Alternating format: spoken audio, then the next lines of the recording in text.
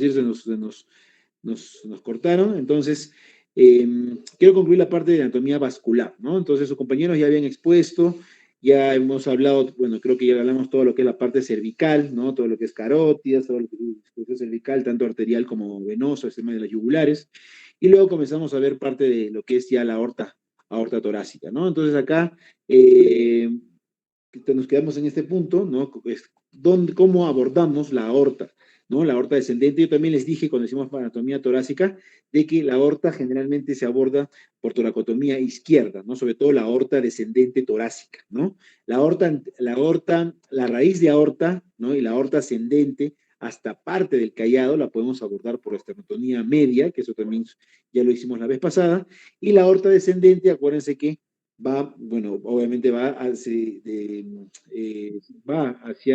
hacia la parte izquierda, ¿no? Del mediastino, ¿no? Entonces, ya por parte anterior es muy difícil, ¿no? El abordaje, pero sí por toracotomía lateral izquierda, ¿no? Entonces, ese es justamente como menciona, como presenta acá su compañero Joaquín, ¿no? El paciente tiene que estar en decúbito lateral derecho, porque siempre es obviamente al contrario, ¿no? Decúbito lateral derecho para poder abordar, tener la exposición de todo el campo izquierdo, ¿no? Una toracotomía simple, ¿no? Siempre con colapso del pulmón, ¿no? El pulmón generalmente se va a movilizar hacia adelante, ¿no? Y hacia atrás encontramos lo que es la aorta, ¿no? Generalmente para abordar puede ser quinto espacio intercostal, ¿no? Pero también puede ser, dependiendo de la zona de la aorta que queramos trabajar, ¿no? Si queremos trabajar muy al callado, podemos incluso abordar por cuarto espacio intercostal, ¿no? Porque, como ya les he explicado a muchos de ustedes en los grupos de práctica y también en la teoría, creo que lo hemos visto, el abordaje estándar del tórax es quinto espacio, ¿no? Pero si uno quiere abordar muy apical, o sea, muy hacia la zona superior, podemos entrar en cuarto. Si queremos abordar muy hacia abajo, ¿no? Pegado al diafragma, ¿no? Generalmente podemos entrar en sexto espacio o hasta séptimo, en algunos casos muy extremos, ¿no? Pero generalmente cuarto, quinto, sexto, ¿no? Entonces, si queremos, por ejemplo, les comento, aorta descendente para pacientes, por ejemplo, que tienen ductus arterioso, ¿ya? Es una patología cardiopatía congénita, pero que nosotros también la resolvemos, ¿no? Entonces, cuando queremos disecar el ductus, generalmente el ductus está prácticamente antes de que la aorta da la rama de la subclave izquierda, ¿no? Entonces, es una localización bastante superior. Entonces, si entramos en el quinto espacio, lo vamos a ver un poco lejos, no vamos a poder trabajar muy bien como debieron. Entonces, entramos en el cuarto, ¿no? Entonces, de acuerdo a lo que tenemos, a lo que queremos, más o menos sabemos cuál va a ser el mejor abordaje para tener la mejor exposición. Muy bien, entonces acá también nos mencionan, ¿no? La aorta descendente, como es, por toracotomía posterolateral izquierda, el pulmón se colapsa hacia adelante, se separa hacia adelante, y luego ya se ve la aorta que se tiene que ir disecando para realizar la cirugía que queremos realizar. ¿Ok? Muy bien. Avánzalo, por favor, Joaquín. Avánzalo. Joaquín. Sí, doctor, no estaba avanzando la pantalla. No, acá no veo que avance. Lamento, doctor, está un poco lento mi internet, no sé qué ha pasado.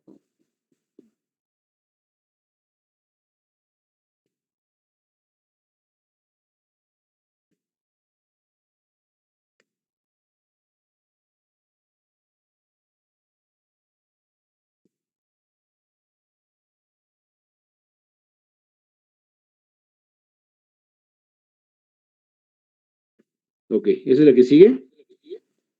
Sí, es la parte que sigue, doctor. Ya, perfecto. Bueno, entonces acá ya hablando un poco de la parte venosa, ¿no?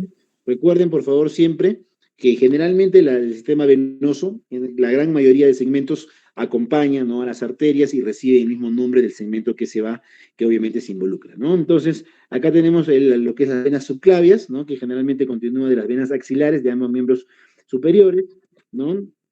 Generalmente discurre bajo la clavícula, eso es importante sobre todo, ¿para qué? Eso, cuando queremos colocar catéteres venosos centrales, ¿no? Miren, sobre todo se localizan, ¿dónde se lo colocan los catéteres venosos centrales? Generalmente en la región cervical, ¿no? Y se abordan, ¿no? Pues se pueden abordar las yugulares, pero también se puede abordar la subclavia, ¿no? Entonces, el punto donde se ubica la subclavia, por ejemplo, es a nivel infraclavicular, ¿no? Justamente en el reborde de la, si vemos ahí la clavícula, mira en la, a ver, ayúdame con tu cursor, por favor, Joaquín. Se ve, doctor. El cursor, ¿no? No se mueve bien el cursor. Está el rojo ahí, parado. Bueno, pero más o menos si están viendo, ahí está, ¿no? Miren bueno, está un poco lento, ¿no? Pero ubiquen la clavícula, está el esternón, la clavícula, ¿no? Y ahí se ve cómo discurre justamente en la parte posterior las venas, ¿no? Entonces, cuando queremos abordar estas venas, tenemos que tener como punto de referencia en la clavícula, ¿no? Acá los compañeros han mostrado cómo es las afluentes de la subclavia, cómo acaban, ya miren esta vena que cruza prácticamente transversal al esternón, es la vena innominada, ¿no? O brachiocefálica, ¿no? Que se junta con la otra vena del otro lado, ¿no? Con la subclavia yugulares y luego ya forman la vena cava superior, ¿no? Avánzalo, por favor. Bueno, avanzaremos un poco rápido porque está un poco lento acá el... Sí, doctor. Sí, se está colgando mi compañero. Me va a colaborar presentando su pantalla, doctor, porque mi internet no está ayudando para no tardarnos más. Sí, para no demorar más.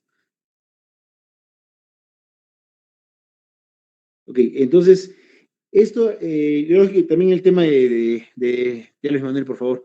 En el tema de trauma torácico también vimos que, por ejemplo, cuando tenemos lesiones de la primera o segunda costilla, hay que tener mucho cuidado porque puede haber lesiones, ¿no? Sobre todo de las subclavias, ¿no? Vean la localización anatómica, vean las relaciones que tenemos, es importante, sobre todo para ver, primero para ver si hay, por ejemplo, si tenemos alguna lesión, algún trauma sobre todo, podemos tener afectación de ciertos vasos abordajes, ¿no? Para poder, cuando queremos abordar tanto arterias como venas, ¿no? ¿Qué puntos de reparo anatómico tenemos que tener en cuenta?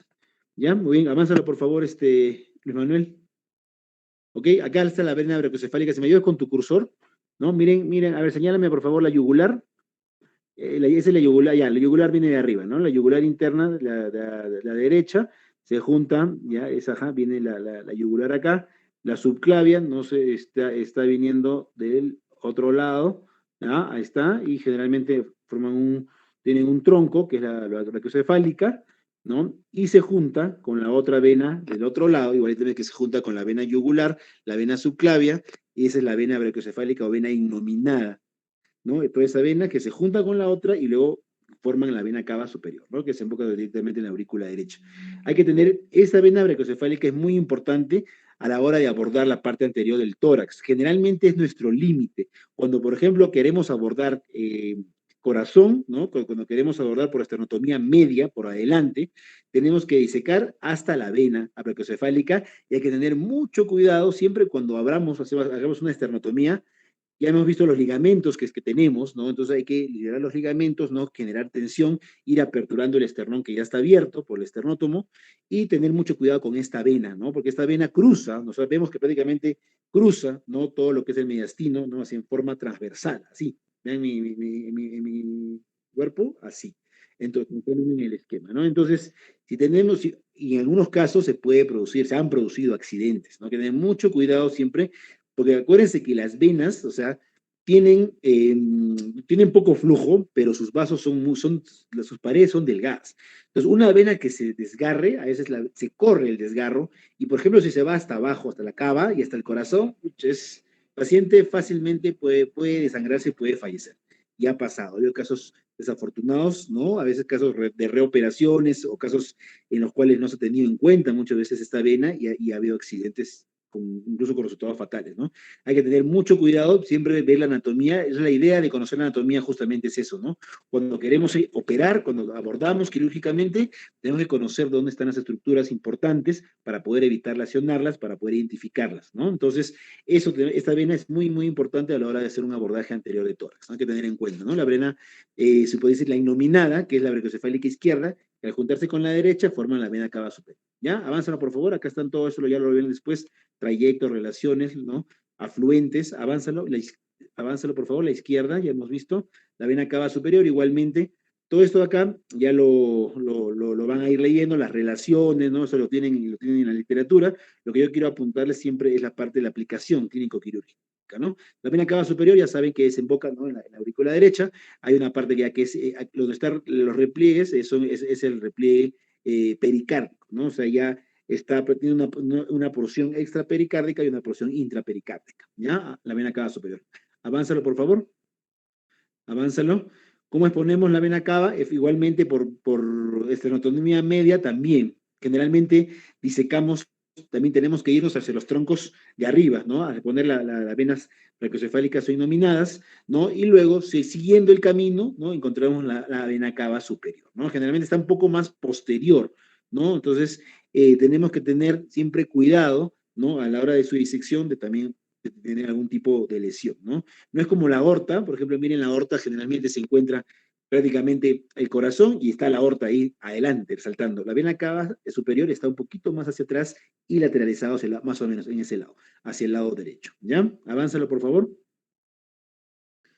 Y la vena cava inferior, bueno, acá ya sabe que la vena cava inferior es la que viene de formación de las ilíacas, ¿no? Y también tienen diversos afluentes, generalmente de tipo abdominal, ¿no? La vena cava inferior también desemboca en la aurícula derecha, ¿no? Ok, tiene una válvula que es la válvula de Eustaquio a nivel cardíaco, eso ya lo hemos hablado cuando hemos hecho cirugía, hemos hecho anatomía cardíaca. Avánzalo, por favor. Avanzo acá estas relaciones afluentes, avánzalo, muy bien.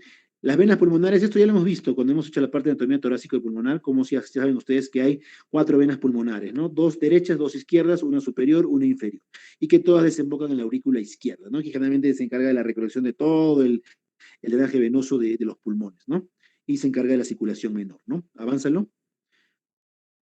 Muy bien, avanzan un poquito más. En cuanto a arterias y venas, vamos a ver generalmente la aorta abdominal, ¿no? Es importante porque cuando tenemos, por ejemplo, patologías como neurismas de aorta abdominal o tenemos insuficiencia arterial con compromiso de aorta, ¿no? Tenemos que saber cómo vamos a abordar, ¿no? La aorta a nivel del abdomen, ¿no? Generalmente la región más, a ver, avanzalo un poquito. No les voy a hablar todo esto porque sería, miren acá, a ver, avanza un poco, creo que vi otras gráficas, avánzalo por favor un poco, esto ya lo hemos visto, ya, la exposición de la aorta, ¿no? La aorta abdominal generalmente tiene, efectivamente, como menciona acá, tiene 4 segmentos, ¿no? Tiene un segmento supraceliaco, tiene un segmento visceral, un segmento más o menos a nivel un renal, yuxtarrenal, y luego un infrarrenal. Se podría decir que el más, el, ¿cómo puede abordarse la aorta? Puede ser vía transperitoneal, ¿no? O sea, por adelante, o también por vía retroperitoneal. El detalle está que la exposición retroperitoneal a veces es un poco más restringida, la exposición, ¿no? Si queremos trabajar bien arriba de la aorta, por vía retroperitoneal no vamos a llegar, ¿no? Hasta donde queremos. En cambio, la vía transperitoneal podemos abordar toda la aorta en su longitud, pero hay que tener en cuenta las vísceras, ¿no? Acuérdense que nosotros, me imagino si han hecho cirugía general, han hecho quizás la parte de una laparotomía mediana, ¿no? ¿En qué consiste? Cuando se abre, y tenemos inmediatamente, cuando uno abre la cavidad peritoneal, tenemos el meso, tenemos las vísceras abdominales y el retroperitoneal que está atrás, en la parte posterior, a nivel más o menos del origen de la raíz del mesenterio, ¿no? Entonces, todo eso, o sea, tenemos que, para nosotros vasculares, nosotros no abordamos pues vísceras, ¿no? Lo que tenemos que hacer es eviscerar al paciente, es colocar todo a un lado, llegar a la raíz del mesenterio y ahí inmediatamente está el retroperitoneo, ¿no? Y ahí podemos ubicar la aorta, que generalmente la exposición a ese nivel nos va bien hasta el nivel de las venas renales, ¿no? Que es toda la exposición de la aorta infrarrenal, ¿no? Entonces, para exponernos a aorta más arriba, ¿no? Ya tenemos diversos abordajes, ¿no? Uno es por la transcavidad de los epiplones y otra es inmediatamente por debajo del diafragma, ¿no? Por debajo del diafragma, llegando hasta el hiato esofágico, ahí tenemos que prácticamente al costado está el hiato aórtico, ¿no? O sea, eso es un poquito, no me van a entender mucho si no lo vemos en una figura, pero que tienen que tener en cuenta que la aorta abdominal tiene diferentes porciones y de acuerdo a lo que queremos trabajar, tenemos que tener el conocimiento adecuado de cómo ingresar a disecar, ¿no? Como la gran mayoría de los aneurismas son infrarrenales, entonces cuando hacemos una cura quirúrgica convencional de un aneurisma, generalmente entramos al nivel infrarrenal, que es, se podría decir, el de mayor facilidad, porque los otros son un poquito más complicados, ¿no? Pero tienen que conocer que hay abordaje, se puede abordar la aorta abdominal en diferentes porciones a nivel del abdomen, ¿no? Vuelvo a repetir. Avánzalo, por favor. Las arterias lumbares son generalmente que van en la parte posterior. Como ven acá en el esquema, miren a la aorta, miren las arterias lumbares que se encargan de disecar todo lo que es la médula espinal y todos los tejidos, ¿no? Que van en la parte vertebral, ¿no? Y que desembocan en la parte posterior generalmente de la aorta, ¿no? Eso es importante, por ejemplo, conocerlas cuando uno hace una corrección quirúrgica de un aneurisma de aorta infrarrenal. Generalmente tenemos varias lumbares, ¿no? Entonces esas lumbares generalmente hay que ligarlas, ¿no? Para poder evitar que haya un flujo de sangre y nos pueda formar un hematoma perinjerto, ¿no? Hay que ligar las lumbares, ¿no? Que generalmente uno puede ligarlas y hay circulación colateral que nos puede brindar y para evitar, obviamente, pues una isquemia de la médula, ¿no? Pero es necesario conocerlas, ¿no? Generalmente son 4 o 5 más o menos por cada lado y que desembocan en la parte posterior de la aorta abdominal, sobre todo en la porción infrarrenal. Avánzalo, por favor. Bueno, esto lo vamos a pasar rápidamente porque eso más corresponde a cirugía abdominal. Ya tenemos que tener en cuenta que hay ramas viscerales como el tronco celíaco, avánzalo, la mesentérica superior, la mesentérica inferior. Su compañero ya mencionó, ¿no? Todas las ramas que tiene. Hay una circulación colateral muy importante, ¿no? A través de los arcos mesentéricos, el arco de Riolano, ¿no? Que se encargan de la irrigación de todo lo que es la parte visceral, ¿no? Todo lo que es intestino delgado, duodeno, yeyuno, ilion, colon ascendente, colon descendente, sigmoides, recto, todas esas tienen una adecuada circulación, dado por la mesentérica superior, mesentérica inferior, y más arriba el tronco celíaco, que también se encarga de la circulación del estómago, del hígado, del vaso, no el páncreas, ¿no? Entonces, eso no lo vamos a, porque generalmente eso lo se ve más, se toca más profundamente en la parte de cirugía general. Avánzalo. Ajá, las arterias renales, bueno, siempre hay que tener, son importantes, obviamente porque dan la circulación a los riñones. Ya vemos acá cómo es la disposición. Miren, por ejemplo, la arteria renal, la aorta, ¿no? A ver, señálame la aorta. Ya, está la aorta, está las renales, renal izquierda, renal derecha, la arteria renal, ¿no? La derecha es la arteria renal más larga, la izquierda es más corta, y lo contrario pasa con la vena, ¿no? Miren al contrario, al costado nomás la vena, por ejemplo, la vena cava, no, esa es la vena renal, ¿no? La vena, hasta ahí se seca cuando queremos abordar aneurisma, aorta infrarrenal, hasta tenemos que tener el punto la vena renal izquierda, como ven ahí. Esa es la vena cava superior, ¿no? Con su vena renal izquierda y la vena renal derecha. Esto, ¿qué aplicación, por ejemplo, podemos tener a la hora nosotros hacemos la parte trasplante renal, ¿no? Entonces los vasculares nos encargamos de hacer la parte de trasplante. Entonces, cuando tenemos, por ejemplo, un donante cadavérico, ¿no? Sabemos hasta dónde tenemos que disecar y cortar, ¿no? Generalmente se corta la cava, se corta la aorta para poder tener ambas venas y arterias renales y luego se hace la separación ya afuera, ¿no? Y hay que tener en cuenta siempre cuál es la que es más larga, ¿no? Para la hora de hacer el implante. Por ejemplo, cuando queremos hacer trasplante renal en donante vivo, ¿no? Tenemos que elegir, generalmente el que elegimos es el riñón izquierdo. ¿Por qué? Porque la vena renal izquierda, como ustedes están viendo acá, es la más larga, ¿no? Porque obviamente la cava está tirada para la derecha. Entonces, la vena siempre es el problema a la hora de hacer el implante. ¿Por qué? Porque la vena, por si acaso, un riñón donde se implanta, no se implanta in situ. No es que se saca el riñón nativo y se aplica ahí, sino el riñón se implanta en la fosa ilíaca, ¿no? Derecha o izquierda, de preferencia primero en la derecha, si es un retrasplante en la fosa ilíaca izquierda, y a nivel de las ilíacas. A ver, por favor, Joaquín, baja tu cursor, señálame ahí. A ese nivel se implanta tanto la vena renal como la arteria renal y el injerto se coloca a ese nivel, ¿no? Básicamente descansa sobre el psoas, ¿no? Se hace una camita y el uréter sí se implanta en la vejiga, ¿no? Es una aplicación clínica o quirúrgica a propósito de esto que estamos hablando de las arterias renales. Entonces, tenemos que tener en cuenta que la vena renal siempre es más profunda, ¿no? Perdón, la vena ilíaca es más profunda que la arteria ilíaca. Entonces, al ser más profunda, vamos a necesitar siempre una vena larga, ¿no? Porque si es una vena corta, uy, nos va a causar muchos problemas o incluso fracaso en el trasplante, porque un vaso que es anastomosa, otro vaso, nunca debe tener tensión. Si tiene tensión, lastimosamente, no puede haber alto riesgo de trombosis. Entonces, para evitar justamente eso, tenemos que tener una adecuada longitud de vaso, en este caso de la vena renal, que es anastomosa la vena ilíaca. ¿Ya? Eso básicamente para que puedan tener, entender lo que también nosotros realizamos, que es el trasplante renal. Avánzalo por vaya. Las arterias renales también generalmente son dos, ¿ya? Una principal, una para cada riñón, pero a veces hay arterias polares. Acá hay mucha mucha variante anatómica en la parte renal, y eso es importante también tener de conocer, ¿no? Lo importante, a veces hemos tenido que hay pacientes que tienen personas que tienen 2 o 3 arterias, una principal y a lo mejor una polar que nace directamente de la aorta y va al riñón. Eso tenemos que tener también muy en cuenta a la hora de hacer la disección, porque las polares también tenemos que implantarlas, porque si no se implantan puede ocurrir los infartos, ¿no? Renales, infartos en este caso del riñón que se va a trasplantar. Hay que tener en cuenta, la gran mayoría felizmente tienen una arteria renal izquierda, una arteria renal derecha, pero hay personas que pueden tener 2 principales o una principal o una accesoria. Hay mucha, esto, ¿cómo se ve? Generalmente haciendo pues una angiografía o una arteriografía o un angioten, una angiotomografía renal, ¿no? Con contraste, con reconstrucción, para poder evidenciar. Cuando queremos hacer un estudio vascular para poder planificar una cirugía, siempre tenemos que tener un examen de imágenes con contraste para poder ver cuál es la anatomía, ¿no? Porque la anatomía puede tener variaciones, como les voy a repetir. Entonces, si no conocemos bien los vasos que están llegando a ciertas estructuras, ¿no? Sean arteriales, sean venosos, sobre todo arteriales, no vamos a poder planificar bien nuestra cirugía. Y tenemos que tener en cuenta que siempre hay variantes anatómicas en función de la normalidad. Todos son normales, solo que son variantes anatómicas. ¿Ya? Avánzalo, por favor.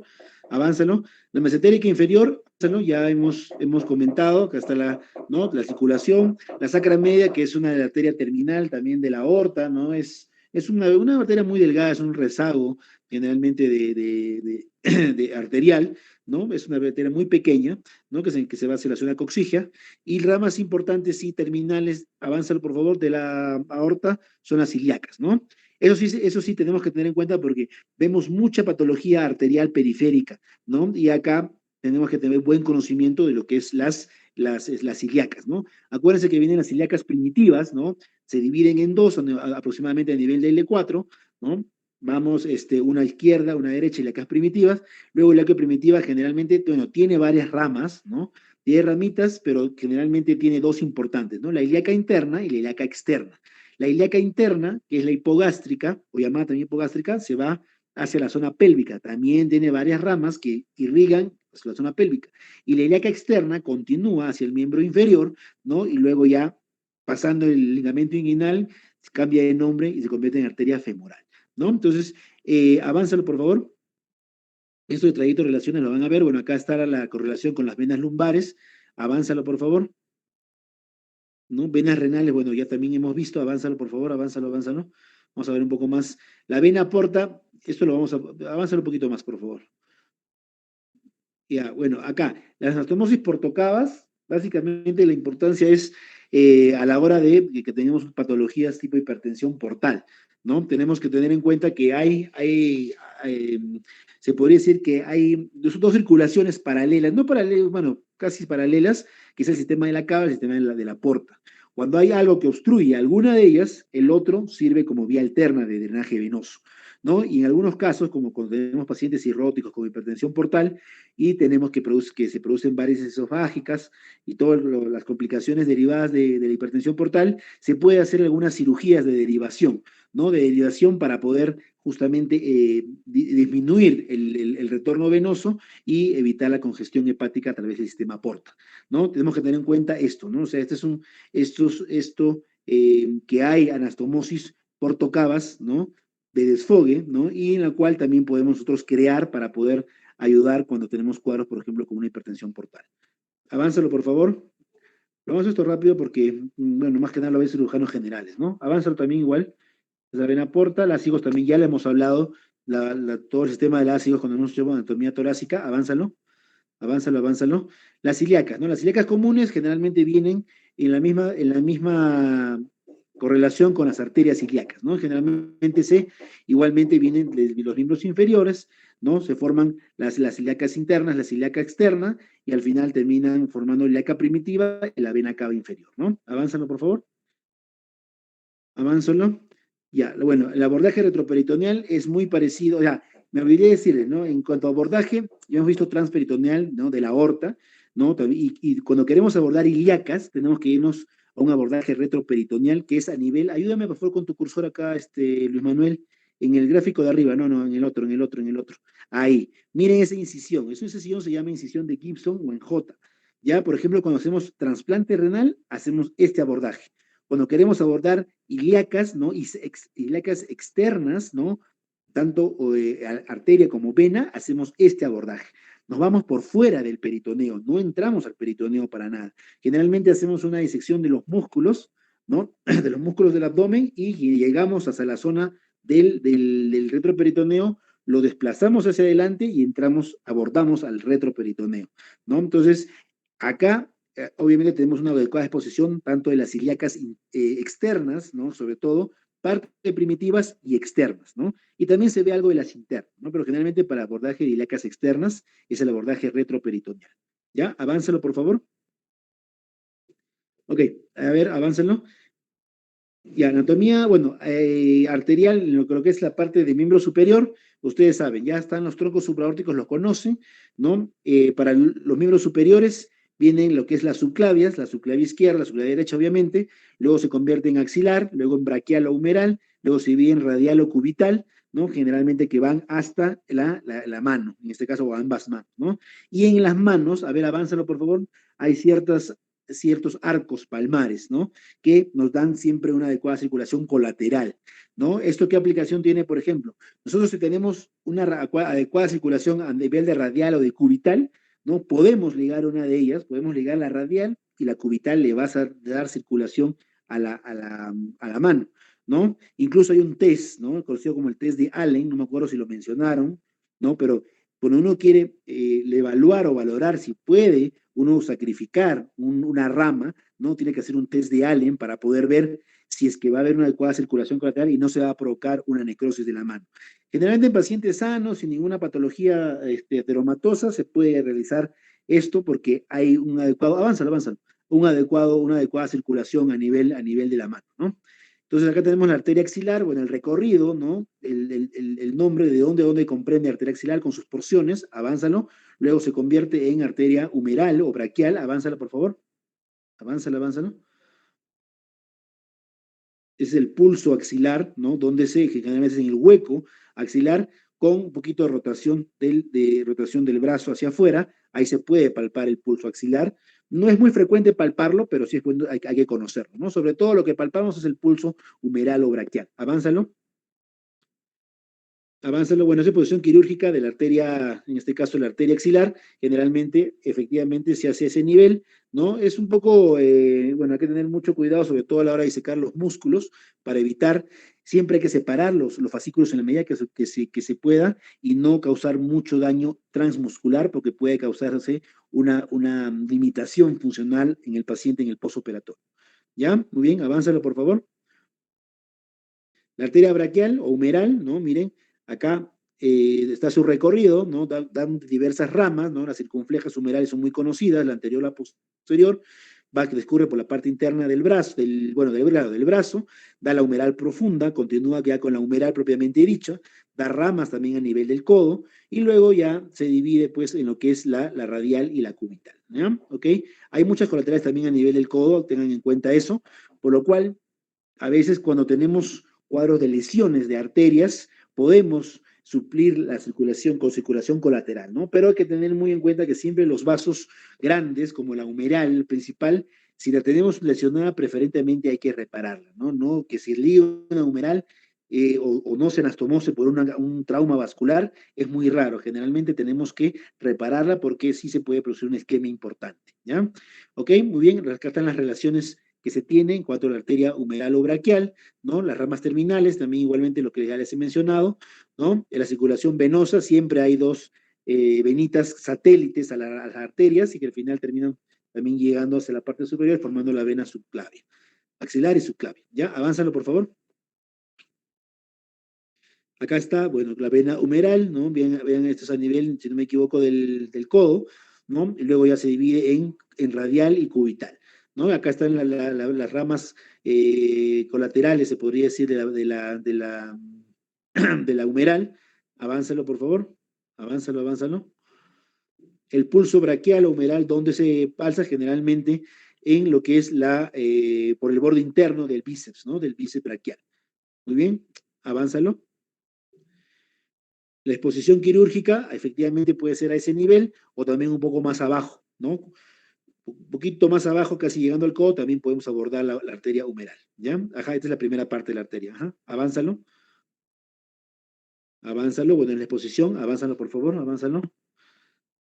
Las anastomosis arteriales a nivel del codo, vean, ¿no? Igual hay un círculo importante a nivel del codo, ¿no? Con las recurrentes, las interosas, que se van haciendo un círculo, ¿no? Y una circulación colateral importante a nivel del codo. Avánzalo. Bueno, ya viene la arteria radial, la arteria cubital. ¿Ya? Igualmente, ya vemos su recorrido, ¿no? Generalmente la arteria radial va por el borde lateral, ¿no? Hacia por todo el brazo, como ven acá en el esquema, y la arteria cubital se va por el borde medial, ¿no? Entonces, y luego llegando al brazo, a la mano, perdón, forman los arcos. Hay arco palmar superficial, arco palmar profundo, y tienen diversas anastomosis, luego originan las digitales, ¿no? Y las digitales se encargan de hacer la irrigación de toda la mano, ¿ya? Avánzalo. Caben todas las ramas importantes, las relaciones también hay que tener en cuenta. La cubital, avánzalo, por favor. ¿Cómo se palpa? Para palpar el pulso cubital, ya saben, en la zona distal del antebrazo, a nivel lateral, ¿no? A nivel donde está el quinto dedo, el meñique, y la radial al otro lado, ¿no? A ver, entonces tenemos el pulso radial. Imagino que eso todos lo conocen, ¿no? Ese es el abordaje quirúrgico, ¿no? Debemos que tener, acá es la arteria radial, ¿cómo la ubicamos? Hacia la zona lateral del cuerpo y hacia la zona medial, el abordaje de la arteria cubital, ¿no? Avánzalo, por favor. Avánzalo un poco más, que es un poco más rápido. Avánzalo, el pulso radial, me imagino que todos lo conocen, cómo tienen que palpar. Ese pulso lo van a palpar siempre. Cuando sean internos, les manden a hacer AGAS, los análisis de gases arteriales es en la radial, ¿no? La radial es la arteria que van a encontrar siempre para hacer el AGA. Entonces es algo que tienen que, sí, palpar siempre, ¿ya? Aváncenlo. ¿Ya? Esa es la arteria radial igualmente, las exposiciones de diferentes niveles, por ejemplo, para hacer fístulas arteriovenosas, tenemos que saber dónde abordar. Generalmente hacemos fístulas radiocefálicas, ¿no? Pueden ser distales, pueden ser proximales, dependiendo de lo que más o menos del grosor de la vena, ¿no? De acuerdo al diámetro de la vena, y más o menos, como usted muestra el esquema, son los abordajes que tenemos que hacer para ubicar la arteria radial en este caso. ¿Ok? Avánzalo, avánzalo.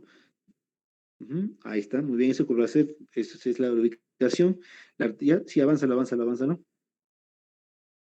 La tabaquera anatómica igual también nos sirve para abordar la arteria radial a nivel casi de la entrada de la mano. Ahí también se hacen fístulas arteriovenosas, ¿no? Ahí se puede, es una zona que acá generalmente da por los tendones del extensor corto y extensor largo del pulgar, ¿no? Ahí a ese nivel se ubica la arteria, ¿no? Entonces, también es una zona donde podemos hacer ubicación de la arteria. También se hacen fístulas a este nivel, ¿no? Es por eso es importante conocer dónde podemos ubicarla. Avánzalo. Los arcos palmares, ya hemos visto, ¿no? Arco palmar superficial, arco palmar profundo, arcos dorsales, ¿no? Lo que tienen que conocer es que hay una adecuada también circulación colateral a nivel de la mano, ¿ya? Entonces, que nos da las arterias, generalmente las arterias digitales, los territorios acá arteriales, generalmente miren 1,5 dedos laterales, que corresponde a la arteria radial, y luego 3,5 dedos en la zona medial, generalmente dado por la arteria cubital. Pero si tenemos adecuados arcos, ¿no? Y tenemos una arteria enferma que no llega a dar mucho flujo sanguíneo a nivel de la mano, la otra arteria puede suplir toda la circulación. Ya hay que tener en cuenta eso. Avánzalo, por favor. ¿Ok? Lo que es venosa, la parte venosa, avánzalo.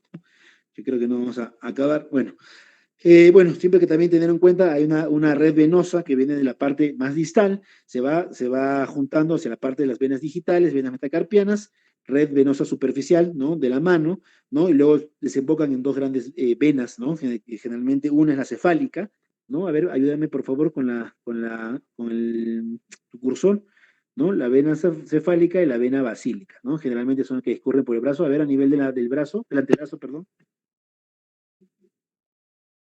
Avánzalo. Ajá, miren acá, ¿no? La vena cefálica, ¿no? Igualmente viene por la parte lateral, ¿no? Si viene según el borde del pulgar, se podría decir, ¿no? Y la basílica que viene un poco más medial por la parte cubital, ¿no? Y hay una M, ¿no? Como ustedes ven acá, la famosa M venosa a nivel casi de la fosa antecubital o fosa del codo, ¿no? Y luego ya dan las venas grandes hacia la zona del brazo, ¿no? La cefálica y la basílica. La cefálica es una vena importante porque es la vena que generalmente se canaliza en las vías periféricas, ¿ya? Tanto a nivel del antebrazo como del brazo, ¿no? Se puede ser una vena muy superficial que la tenemos a la vista y podemos canalizarla muy fácilmente. Igual para hacer por ejemplo, una fístula arteriovenosa, ¿no? Por ejemplo, una fístula humerocefálica o brachiocefálica o radiocefálica, ¿no? Tenemos que disecar esta vena. Preferentemente esta vena más que la basílica, porque la basílica es una vena un poco más profunda, ¿no? Entonces, si queremos, podemos también utilizarla para realizar una fístula arteriovenosa, pero tenemos que superficializarla, tenemos que exteriorizar, sacarla de la profundidad y hacerla más externa. Entonces, lleva más trajín quirúrgico. En cambio, la cefálica la tenemos ahí, ¿no? Entonces, simplemente es cuestión de encontrarla, disecarla, darle la longitud adecuada y hacer la cirugía que queremos, en este caso, una fístula arteriovenosa, ¿no? Ajá, ahí está, por ejemplo, como mencionó con su compañero, la famosa M del antebrazo, que es la disposición, por favor, véanlo bien, más o menos es la disposición común. Puede haber algún tipo de variaciones anatómicas, pero generalmente se da esta referencia, como están viendo acá en la gráfica. ¿Ya? Avánzalo, por favor. Esta es la famosa venosa con la vena cefálica, la basílica, la M, ¿no?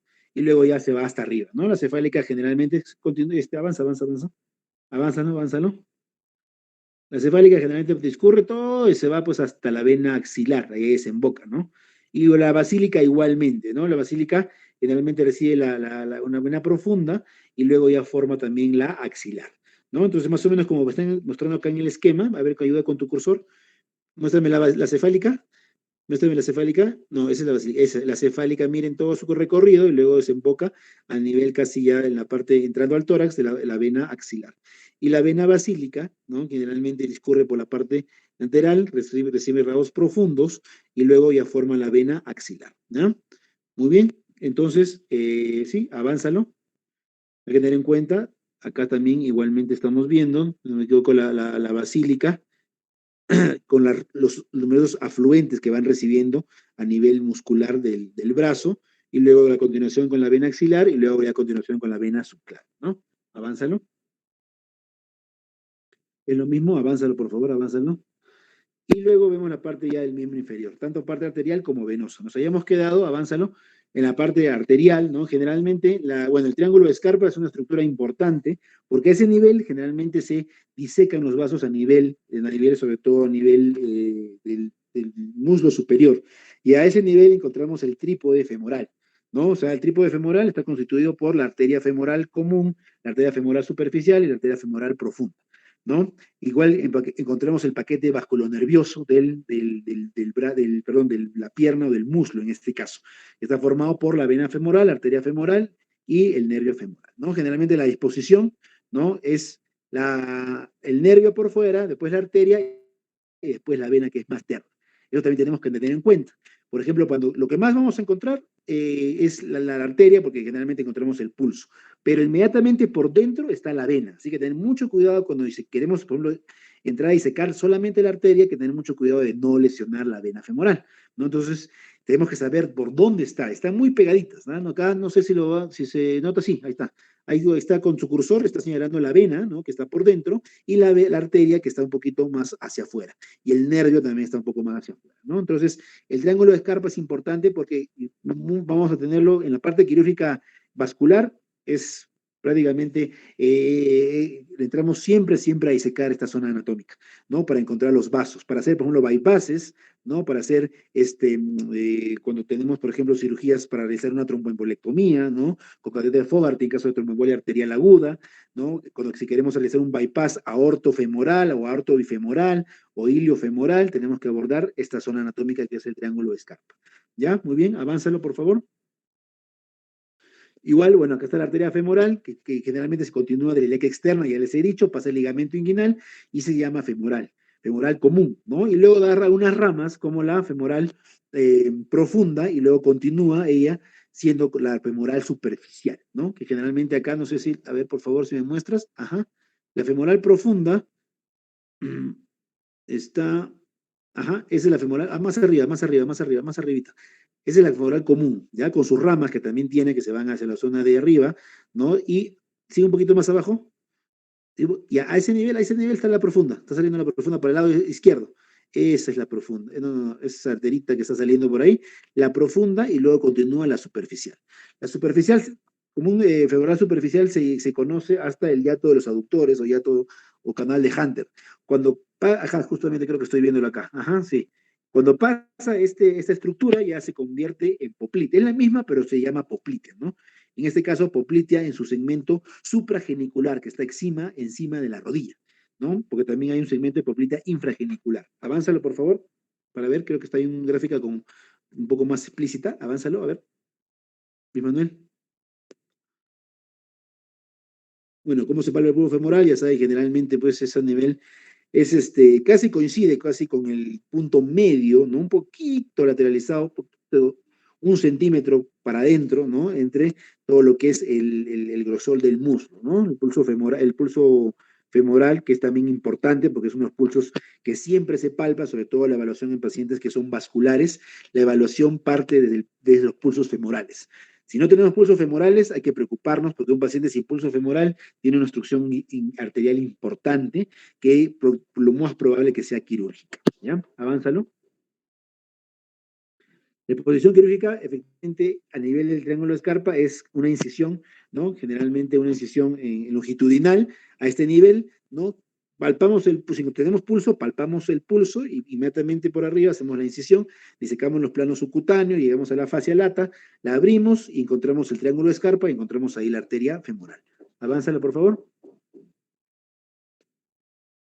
Ajá, esa es la localización. Y siempre cuando uno diseca las arterias, las femorales, tiene que encontrar femoral común, femoral superficial y femoral profunda. Siempre hay que tener las tres bien identificadas y generalmente para poder trabajarlas. Avanza, por favor, que ya se nos va el tiempo. Avánzalo, avánzalo. Acá tenemos las arterias. Igualmente, ya la femoral profunda, que se encarga de irrigar casi toda la parte muscular, ¿no? Y generalmente es la que nos salva en de la necrosis de la pierna, porque la que más se tapa es la femoral superficial. Pero si la profunda está permeable, podemos tener una adecuada circulación a nivel del muslo y podemos evitar la necrosis de un miembro, ¿ya? Avánzalo, por favor, avánzalo. Pasaremos un poco más rápido. Arteria poplita, ya saben, arteria poplita supragenicular, ¿no? Que está, miren, a ver, ayúdenme por favor a mostrarme la arteria poplita. Mira, está el hiato del aductor o canal de Hunter, ¿ya? A ver, no, no, no, más arriba, eso. A partir de ahí se conoce como poplita. Poplita supragenicular, ¿no? Que es hasta la articulación de la rodilla, sigue bajando, sigue bajando, sigue bajando, y abajo, pasando ahí, sigue la poplita infragenicular. ¿Ya? Y tiene igual una circulación importante a nivel de las rodillas.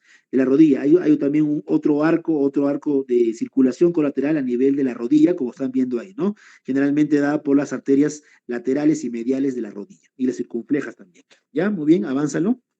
Avánzalo. Generalmente, no, ya sigue, por favor, sigue estos. El pulso popliteo generalmente se palpa en la fosa poplitea con la pierna ligeramente flexionada, ¿no? Se hace una presión contra el hueso y ahí palpamos el pulso popliteo. Otro pulso importante que tenemos que palpar: femoral, popliteo, pedio y tibial posterior. Avánzalo a nivel de miembros inferiores. Ya la exposición quirúrgica, la medial, se da a este nivel, efectivamente lo hacemos mucho cuando hacemos bypasses, sobre todo, o también en arterectomías o tromboembolectomías, generalmente por la zona medial. Ya en la zona lateral, no, esa zona es medial, ¿eh? Todo es medial, todo es medial de la arteria poplitea. Ya, a ver, avánzalo, que es por el medio. En la zona lateral no llegamos a la poplita. Ya las arterias tibiales, una vez que pasa la poplita infragenicular, se divide generalmente en dos ramas: la tibial anterior y el tronco tibio peroneo. Esto es para los cirujanos. Los anatomistas generalmente lo dividen en tibial anterior, tibial posterior, y que la tibial posterior da la rama peronea y la tibial posterior propiamente dicha. En cambio, nosotros como cirujanos generalmente tomamos tibial anterior, ¿ya? Y tronco tibio peroneo. Y el tronco tibio peroneo se divide en dos: en la peronea y en la tibial posterior. Y la tibial posterior continúa hasta la zona del pie, va por la zona retromalleolar interna, y la tibial anterior generalmente va por la parte anterior lateral de la pierna y entra a nivel en el dorso del pie, ¿no? Y continúa con la arteria pedia, ¿no? Es el pulso que se palpa abajo, es la arteria pedia, que es continuación de la tibial anterior. Avánzalo, por favor. Avánzalo. Avánzalo, por favor. Un poquito más rápido, Manuel. El pulso popliteo, perdón, el pulso tibial posterior, miren cómo se palpa, retromalleolar interno, ¿ya? Y el pedio, avánzalo, creo que está el otro, el pedio, ¿no? Ese es el abordaje, bueno, lo vamos a avanzar, pero esa es más o menos la zona lo avanzaremos un poquito porque estamos con el tiempo. La arteria dorsal del pie o pedia, ¿no? Generalmente se localiza entre el primer y segundo extensores de los dedos, ¿no? Entonces ahí se palpa generalmente el pulso pedio, que es un pulso también muy importante de evaluar y tenemos que evaluarlo siempre en los pacientes, sobre todo que tienen alguna patología vascular. Avánzalo. Avánzalo, por favor. Ajá, ese es el pulso pedio, ¿no? ¿Ya? Luego, igual como pasa en la mano, generalmente vienen las tibiales, ¿no? Tibial anterior, la tibial posterior, la peronea, y comienzan a entrar al pie y formar arcos también, en este caso los arcos plantares, ¿no? Arcos plantar profundo, arco plantar lateral, arco plantar medio, ¿no? Y a partir de ahí da las arterias metatarsianas y luego las arterias digitales para cada dedo. Generalmente van por la parte lateral de cada dedo, ¿no? Y irrigan obviamente hasta la punta de cada dedo. Avánzalo, por favor.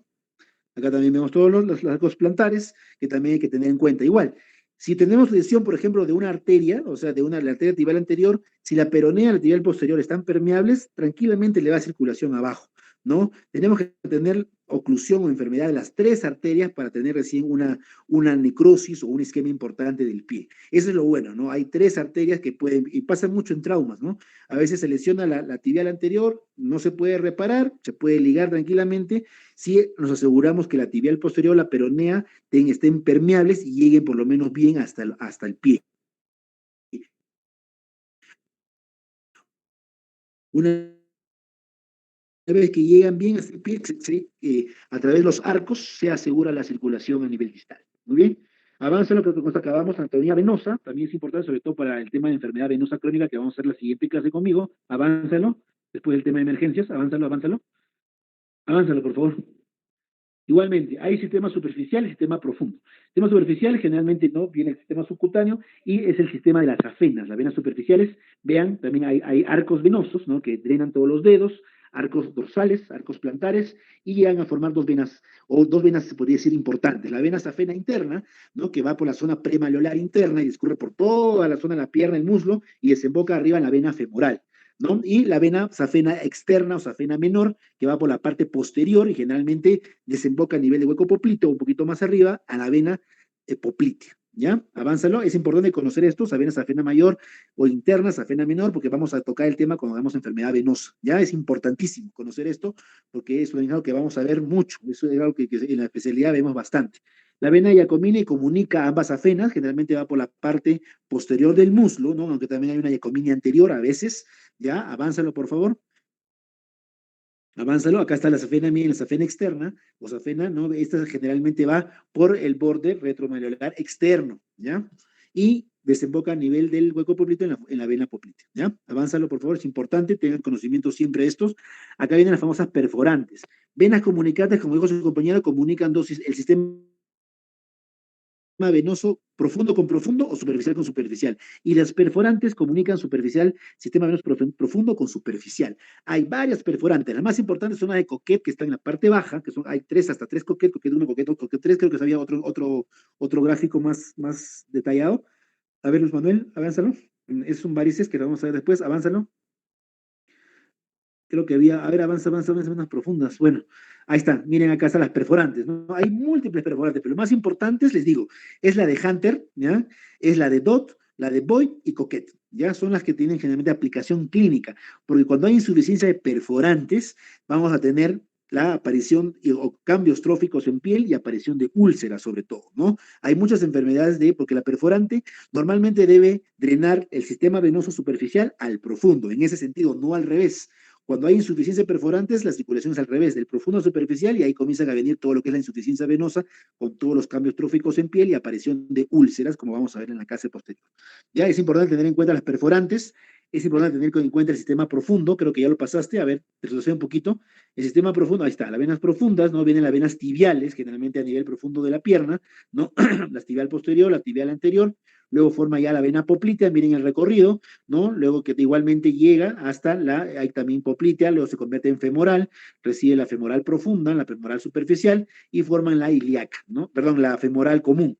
Y luego la femoral común también continúa hacia la parte de la pelvis, ¿no? Y luego ya se convierte en ilíaca externa, recibe una vena ilíaca interna y luego ya ilíaca común y luego forman la vena cava superior, ¿no? El sentido inverso de las arterias, ¿ya? Avánzalo. Son importantes porque tenemos, cuando hay también insuficiencia venosa profunda, a veces, y ustedes saben que las venas, no sé si mencionó acá su compañero, a ver, avanzar del tema de las válvulas, bueno, ya lo veremos un poco cuando hablemos de enfermedad venosa.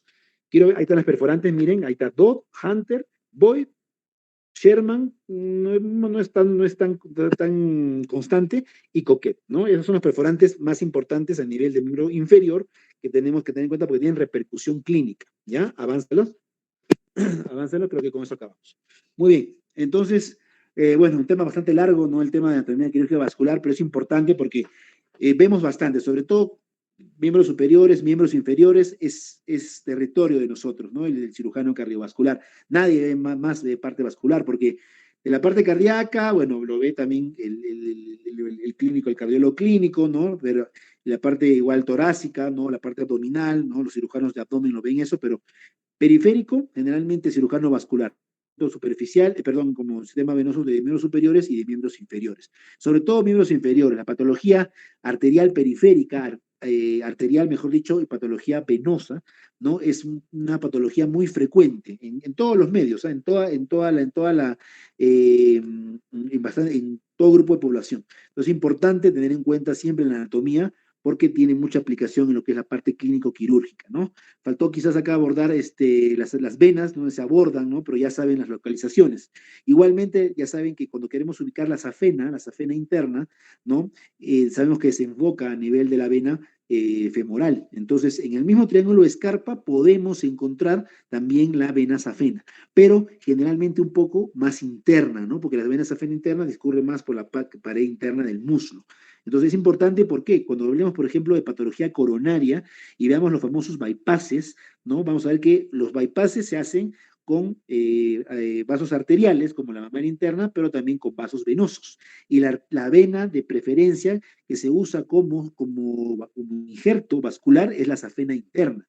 No solamente para bypasses coronarios, sino para bypasses periféricos. Cuando hacemos, por ejemplo, un bypass femoropopliteo o poplito tibial o poplito pedio, usamos la vena safena interna, ¿no? Invertida, obviamente, para evitar las válvulas, y tenemos que conocer bien por dónde discurre, como hemos visto en las gráficas, que tiene también ramitas que se tienen que respetar, se tienen que ligar a la hora de crear un conducto vascular con este injerto venoso. Muy bien, bueno, lastimosamente se nos pasó la hora, pero por lo menos hemos acabado este tema. No sé si tienen alguna pregunta, alguna duda sobre esto. Espero que haya podido quedar claro. Es un poco complejo, ¿no? Pero cuando desarrollemos cada tema, más o menos iremos ya haciendo un poquito más de profundidad, ¿no? Pero bueno, ha sido una cirugía, una exposición, una clase bastante completa por parte de sus compañeros, por eso ha sido larga, ¿no? Y también, bueno, a la hora también yo de reforzarles un poco, también me he explayado un poco porque de verdad había varias cosas que hablar. Si tienen alguna pregunta, alguna duda, por favor, la pueden hacer. Felicito a sus compañeros que han hecho un tema bastante completo, ¿no? Me han hecho buena revisión de toda la parte vascular, casi de todo el organismo, ¿ya? Muy bien, entonces acabamos ahora acá porque ustedes a las 5 tienen clase, lastimosamente, y nos encontramos mañana 2 de la tarde con el tema de emergencias, ¿no? Ya, por favor, el grupo de emergencias expone mañana, vamos a ver, por favor, calculen, yo sé que es un poquito complicado, pero ya les dije, por favor, calculen media hora para cada expositor, si son 3, para en hora y media acabar la exposición y en media hora hacer los refuerzos, ¿no? Para no prolongarnos tanto, ¿ya? Muy bien. Ok, entonces si no hay preguntas, no hay dudas, espero que haya podido quedar claro, ¿no? Y cualquier cosa iremos aclarando en los siguientes clases. Dime, Catherine. Doctor, buenas tardes. Una consulta. En cuanto al abordaje de la aorta, dijo de que puede ser transperitoneal y yetoperitoneal, pero en el Ujú. caso que, digamos, una mujer sea gestante y tenga un aneurisma aórtico a nivel abdominal, ¿cuál sería el mejor abordaje para tratar a esta paciente? ¿Y tendría que ver algo con el trimestre de embarazo en el que se encuentre o no tendría nada que ver con eso? Ya. Bueno, en primer lugar, para que tengas un aneurisma en una gestante es bien difícil, ¿ya? Ustedes saben que generalmente mujeres en edad fértil, ¿no? Por el tema hormonal tienen cierta protección para las enfermedades, se podría decir, metabólicas, hipertensión arterial, ¿no? Vasculares generalmente, ¿no? O sea, que encuentres una gestante con aneurisma es bien complicado, ¿ah? Es bien raro, ¿no? Por lo menos yo nunca he visto, ¿ya? Y si lo encontraras, de verdad, ahí habría que, sería también igualmente es un caso interesante, ¿ah? Que planteas. Nunca he tenido la oportunidad de tenerlo, pero eh, teóricamente, si la persona tiene un aneurisma que es quirúrgico, ¿no? O sea, ya sabemos, creo que con el primer grupo hablamos de aneurismas, ¿no? Y bueno, cuando hablemos que si ya es con diámetro de quirúrgico, ¿no? En una mujer, ¿no? Que lo recomendable es que antes de que se embarace, hay que operarlo, ¿no? Ahora, si tiene la mala suerte, pues, de que se embarazó y está con su aneurisma ahí, que es quirúrgico, de verdad sería bastante complicado su abordaje. No se podría hacer un abordaje transperitoneal, tendría que ser un abordaje retroperitoneal, porque el útero grávido definitivamente nos impediría y sería de mucho riesgo, ¿no? Ahora, hacer una cirugía endovascular podría plantearse, pero el problema es que la cirugía endovascular emite radiación, ¿no? Y si es en el primer trimestre del embarazo, uf, definitivamente estaría contraindicado, ¿no? Entonces, si teníamos ese caso extremadamente raro de presentarse, ¿no? Yo creo que habría que valorar ahí, ¿no? O sea, probablemente dar tratamiento médico, ¿no? Que llegue a término el embarazo una mujer que tendría que estar en reposo, ¿no? Y después del parto recién resolver el tema quirúrgico de la parte del aneurisma, porque tanto su abordaje como su resolución o como la elección de un método endovascular sería muy difícil. De verdad, bueno, nunca he visto, ¿ah? Nunca he visto generalmente aneurismas vemos pues ya personas de más edad, ¿no? Y varones, ¿no? O sea, cuando vean la estadística, ¿no? Que para que encuentren una mujer en edad fértil con aneurisma de aorta abdominal y rango quirúrgico, bien difícil, podría ser una Marfan, pero Marfan es aneurismas de aorta ascendente, que tiene que ser operada antes de que se embarace, ¿ya? Pero bueno, interesante la pregunta, pero de verdad, bueno, eso sería mi respuesta. Y si estamos en casa sería muy difícil de resolverlo, ¿no? Pero ojalá que no encontremos un caso como este. Muy bien, ¿alguna otra Gracias, pregunta doctor. más? Ok. Espero que todo más o menos haya quedado claro.